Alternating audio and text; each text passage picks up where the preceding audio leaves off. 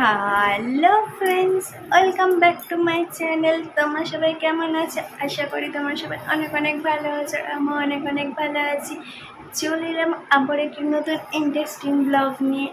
আমার দাদার ছেলের জন্মদিনে আমি কী গিফট দিলাম, কী করলাম, সবটাই তোমাদের সাথে শেয়ার করবো। চলো পুরো ব্লগটি দেখতে থাকো। চলো রেডি হয়ে তোমাদের সাথে আবার দেখা হচ্ছে।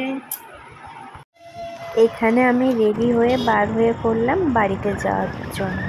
এই দেখো, এটা কি বলতো, এটা ছিল আমাদের বাপের বাড়ির ওখানে রথ। আর এখানে বসেছিল মেলায় এই যে জগন্নাথ দেবের মন্দির।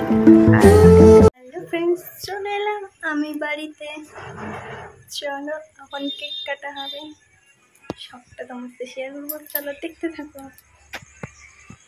এই যে আমি বারান্দা যাচ্ছিলাম, বারান্দাতে কেক কাটিং হবে। এই যে বার্থডে বয়ের কেক। আর এখানে আশীর্বাদ করার জন্য ধান তুলবো, যা যা লাগে সব ছিল।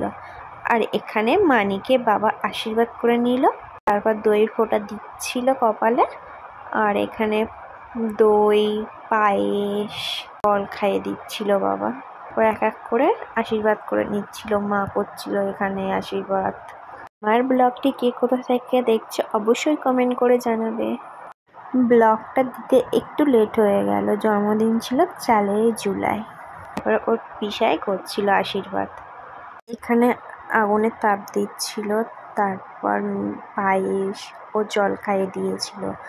আর এখানে গিফট দিচ্ছিল, আমি বলছিলাম হাতে দিচ্ছিল, আমি বললাম পরিয়ে দিতে, তারপরে পরিয়ে দিচ্ছিল। এটা ছিল একটা রূপোর ব্রেসলেট। তারপর এখানে ওর বাবা আশীর্বাদ করে নিল।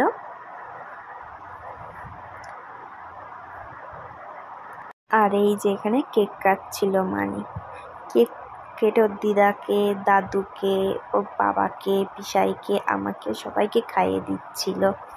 কেক টেক খাওয়ানোর পরে এখানে কি গিফট পেয়েছিল আনবক্সিং করছিল, আর ব্রেসলেটটা দেখাচ্ছিল। খুব সুন্দর হয়েছিল ব্রেসলেটটা, আমি আর পিসাই দিয়েছিলাম।